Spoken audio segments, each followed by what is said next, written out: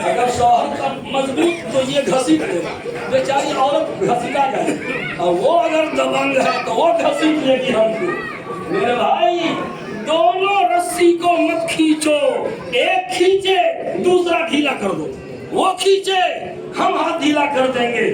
اگر یہ عقل آ گئی، بدھی میں سمجھ میں آ گئی تو آپ جیسا شوہر کوئی نہیں اور آپ کی بیوی کے جیسی بیوی کوئی نہیں۔ یہ سبق یاد رکھیے گا، انشاءاللہ شیطان کو کبھی موقع ہی نہیں ملے گا رشتہ توڑوانے کا۔ اور جانتے ہیں میاں بیوی کا جھگڑا شیطان کو بہت پسند ہے، بھائی بھائی کا جھگڑا شیطان کو اتنا پسند نہیں، ہوتے رہتا۔ باپ بیٹا کے جھگڑے سے بھی زیادہ انٹرسٹ نہیں اس کو، سب سے زیادہ مزہ کس میں آتا ہے؟ جب میاں بیوی میں پھوٹ ڈال دے تب۔ بس بھائی آپ بھی کہیے گا کون مولوی کے چکر میں ہم پڑ گئے۔ بات ختم کرتا ہوں، ہم لوگ بیٹیوں کو تو رخصت کرتے ہیں، لیکن بیٹی کو کیا پڑھ کے رخصت کرنا ہے؟ آج دعا سن لیجیے، آپ لوگ بھی بیٹی کے باپ ہوں گے، میں نے بھی بیٹی کو رخصت کیا، سر پہ ہاتھ رکھ کر کے 3 مرتبہ میں نے پڑھا۔ میرے داماد نے کہا کہ میرے سر پہ بھی ہاتھ رکھ کے رکھیے، تو پھر اس کے سر پہ بھی ہاتھ رکھا اور یہ دعا پڑھا۔ کون دعا؟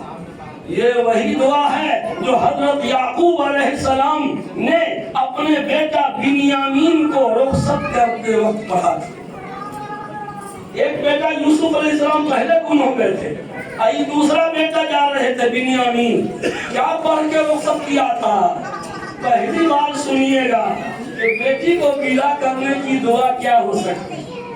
بیٹا آپ کا اسکول جا رہا ہے، دلی کلکتہ پڑھنے جا رہا ہے، کیا پڑھ کے رخصت کیجئے گا؟ سن لیجئے، جب بیٹی کو ودا کیجئے گا سر پہ ہاتھ رکھیے، فاللہ خیر حافظا وہو ارحم الراحمین، فاللہ خیر حافظا وہو ارحم الراحمین، 3 بار، فاللہ خیر حافظا وہو ارحم الراحمین۔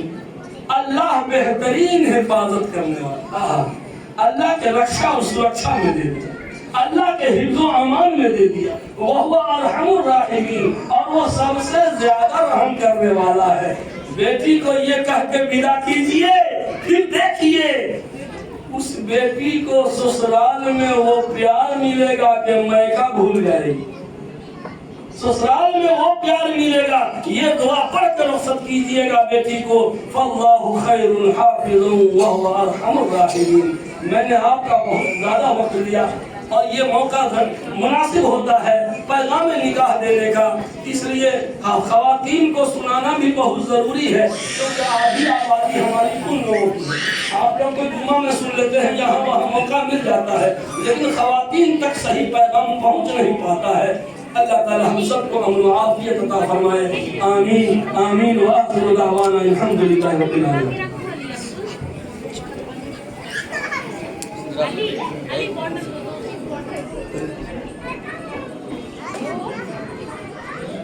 پہلے نکاح سے متعلق تفصیلات سن لیجیے۔ اس بچی کا نکاح ابھی ہونے جا رہا ہے، اس کا نام ہے گلناز کوثر، ان کے والد صاحب کا نام محمد عطا اللہ انصاری، آپ یہاں تشریف رکھتے ہیں، دھنباد واسطے پور دھنباد کے رہنے والے، اور دلہا بابو جو یہاں تشریف رکھتے ہیں ان کا نام ہے محمد تابش شہباز، تابش شہباز، ان کے والد صاحب کا نام ریاض احمد مرحوم، مولانا آزاد نگر افسیائی روڈ والی شریف کے رہنے والے۔ اس نکاح میں یوں تو پورا مجمع گواہ ہے، جہاں تک میری آواز پہنچ رہی ہے وہ سب کے سب ایٹومیٹک گواہ ہیں، چاہے گواہ بنایا جائے یا نہ، کان میں آواز پہنچی نا، نکاح ہوتے اپن دیکھا نہ ہو گئے گواہ، لیکن پھر بھی 2 گواہان خاص طے کیے گئے ہیں۔ پہلے گواہ ہیں جناب مامون الرشید صاحب، یہ دلہن کے بڑے بھائی ہیں، جناب مامون الرشید صاحب، ان کے والد صاحب محمد عطا اللہ صاحب انصاری یہاں تشریف رکھتے ہیں، اور دوسرے گواہ ہیں محمد دانش ایاز، یہ دلہا کے بھائی ہیں، آپ یہاں ہیں دلہا کے بھائی۔ یہ عجیب و غریب اتفاق ہے میری زندگی کا کہ دونوں گواہ، ایک گواہ دلہن کا بھائی اور ایک گواہ دلہا کا بھائی، اور میں قاضی نکاح وکیل نکاح مفتی شکیل احمد قاسمی، آر کے نگر جہاں پہ دلہا بابو کا مکان ہے وہیں پہ آر کے نگر کالونی ہے، اس مسجد میں جمعہ اور عیدین کی نماز میں پڑھاتا ہوں، اور عمارت شریعہ کا مدرسہ ہے، بڑا مدرسہ، اس میں میں حدیث پڑھاتا ہوں، اور محض 51,000 روپے ہے۔ اور یہ بھی بتا دیتا ہوں آپ لوگوں کو شوق دلانے کے لیے کہ یہ محض ادھار نہیں ہے، کیش لے کے آئے ہوئے ہیں۔ عجیب بات ہے کہ جس کو نقد ہونا چاہیے لوگ اسی کو ادھار کر دیتے ہیں۔ ہوٹل والے کا ادھار رہے گا خرچہ کہ کیش پیمنٹ کیجئے گا نا جی، آن لائن چاہے آف لائن۔ راشن والے کا، گاڑی والے کا نقد سب کو دے دیا، اصل جو دینے کا تھا وہی کو ادھار کر دیا۔ یہ بڑی ناانصافی کی بات ہے۔ ابھی نکاح کے بات میں آپ کو دکھا دوں، یہ دیکھیے 51,000 روپے یہ لے کر کے آئے ہوئے ہیں۔ تمہارے نوجوانوں تم لوگ بھی مہر کا پیسہ مہیا کر لینا، تب دلہا بن کے آنا۔ ہاں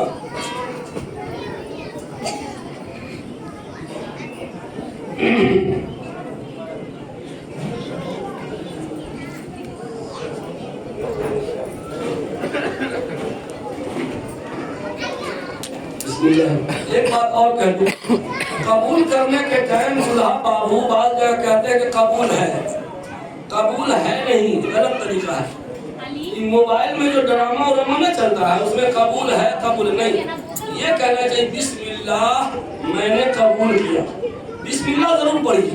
اتنا بڑا کام کرنے جا رہے ہیں، زندگی کا سوال ہے، اور اللہ کا نام لیا ہی نہیں تو برکت کہاں سے آئے گی؟ بسم اللہ میں نے قبول کیا، قبول ہے نہیں ماضی کا سے میں نے قبول کیا یہ لفظ بولنا چاہیے، اب بسم اللہ ضرور پڑھنا چاہیے۔ گواہ اول مامون الرشید ولد محمد عطا اللہ انصاری، گواہ دوم محمد دانش ایاز ولد ریاض احمد مرحوم، ان دونوں گواہوں کی موجودگی میں خصوصاً اور دیگر تمام حاضرین مجلس کی موجودگی میں عموماً میں مفتی شکیل احمد قاسمی نے 51,000 روپے مہر معجل کے عوض گلناز کوثر بنت محمد عطا اللہ انصاری سے میں نے آپ کا نکاح کر دیا۔ میں مفتی شکیل احمد قاسمی نے بحیثیت وکیل نکاح، بحیثیت قاضی نکاح 51,000 روپے مہر معجل سکہ رائج الوقت کے عوض گلناز کوثر بنت محمد عطا اللہ انصاری سے میں نے آپ کا نکاح کر دیا، آپ نے قبول کیا؟ گواہ اول مامون الرشید ولد محمد عطا اللہ انصاری، گواہ دوم محمد دانش ایاز ولد ریاض احمد مرحوم، ان دونوں گواہوں کی موجودگی میں خصوصاً اور دیگر تمام حاضرین مجلس کی موجودگی میں عموماً میں مفتی شکیل احمد قاسمی نے 51,000 روپے مہر معجل کے عوض گلناز کوثر بنت محمد عطا اللہ انصاری سے آپ کا نکاح کر دیا، آپ نے قبول کیا؟ بارک اللہ فیکما وجمع بینکما فی خیر۔ بسم اللہ الرحمن الرحیم، الحمدللہ رب العالمین والصلاة والسلام علی سید المرسلین وعلی آلہ واصحابہ اجمعین۔ ربنا ظلمنا انفسنا وان لم تغفر لنا وترحمنا لنکونن من الخاسرین۔ یا حی یا قیوم برحمتک استغیث، یا حی یا قیوم برحمتک استغیث۔ اے پروردگار عالم، عقد مسنون ادا کیا گیا، تیرے نبی کی سنت کو زندہ کیا گیا، تیرے قانون کو زندہ کیا گیا، اے رب العالمین اس نکاح کو بابرکت نکاح بنا دے، رب العالمین اس نکاح میں خیر و برکت ڈال دے، رب العالمین آج ریاض احمد مرحوم اگر ہوتے تو بہت خوش ہوتے، اے رب العالمین آج اس مبارک نکاح کی برکت سے میاں بیوی کے درمیان سچی الفت و محبت ڈال دے، اے رب العالمین شوہر کو توفیق عطا فرما کہ وہ اپنی شریک حیات کے جملہ حقوق شریعت مطہرہ کے مطابق پوری زندگی ادا کرتا رہے۔ یا اللہ دلہن کو توفیق عطا فرما کہ وہ اپنے شوہر کے جملہ حقوق شریعت مطہرہ کے مطابق پوری زندگی ادا کرتی رہے۔ رب العالمین بظاہر کو دل ملے ہیں لیکن سچی بات یہ ہے کہ سینکڑوں دل جڑ گئے ہیں۔ یا اللہ اس نکاح کی برکت سے جتنے رشتے جڑے ہیں ان رشتوں میں خوشگواری پیدا فرما۔ رب العالمین میاں بیوی کے درمیان سچی الفت و محبت پیدا فرما، جیسی محبت حضرت آدم علیہ السلام اور حضرت حوا علیہ السلام کے درمیان تھی، جیسی محبت حضرت ابراہیم علیہ السلام اور حضرت حاجرہ اور سارہ کے درمیان تھی، جیسی محبت نبی کریم صلی اللہ علیہ وسلم اور حضرت عائشہ کے درمیان تھی، جیسی محبت حضرت علی اور فاطمہ کے درمیان تھی۔ رب العالمین ہم دلہن کو وہی دعا دیتے ہیں جو دعا تو نے خود مانگنے کو کہا ہے، ربنا هب لنا من ازواجنا وذرياتنا قرة اعین واجعلنا للمتقین اماما۔ اے ہمارے پروردگار ہماری بیویوں ہماری اولاد کو ہماری آنکھوں کی ٹھنڈک بنا دے۔ یا اللہ شوہر کی آنکھوں کی ٹھنڈک بیوی بن جائے، بیوی کی آنکھوں کی ٹھنڈک شوہر بن جائے۔ اے رب العالمین دونوں طرف سے رشتہ دار خیش و اقارب ہاتھ اٹھائے لاؤ لگائے دعائیں دے رہے ہیں۔ یا اللہ ہماری دعائیں دلہا دلہن کے حق میں قبول فرما۔ اے رب العالمین ہم یہ دعا دیتے ہیں کہ بڑھ بڑھ کے چومتی رہے، خوشیاں تیرا قدم بھولے سے بھی نہ آئے تیری زندگی میں غم۔ ربنا هب لنا من ازواجنا وذرياتنا قرة اعین واجعلنا للمتقین اماما۔ وصلی اللہ تعالی علی خیر خلقہ محمد وعلی آلہ واصحابہ وذریاتہ واہل بیتہ اجمعین برحمتک یا ارحم الراحمین۔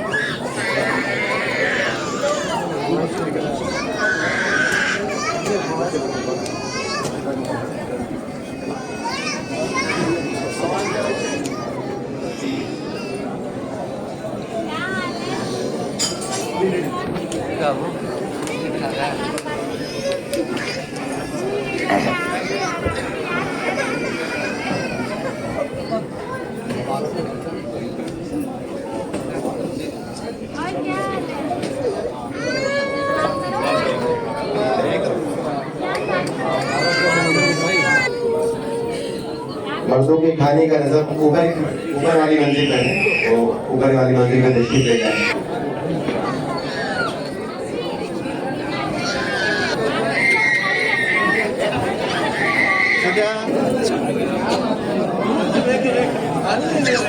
شدلا تم کو بھی ملنا ہے، تم کو بھی ملنا ہے۔ نہیں پاپا ہے، بابا نہیں ہے، ماما ہے بیٹا۔ پاپا ماں ٹیچر ہے، مولانا قادری صاحب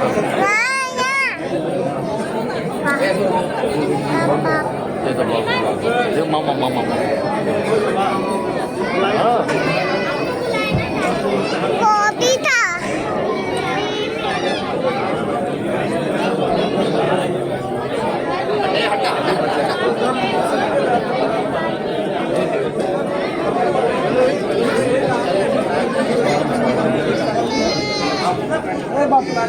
کیا بات پاپا؟ مما کو بتانا اس کو۔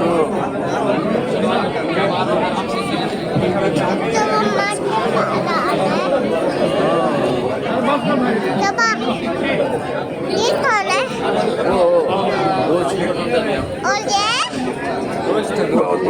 اور یہ بابا ہے،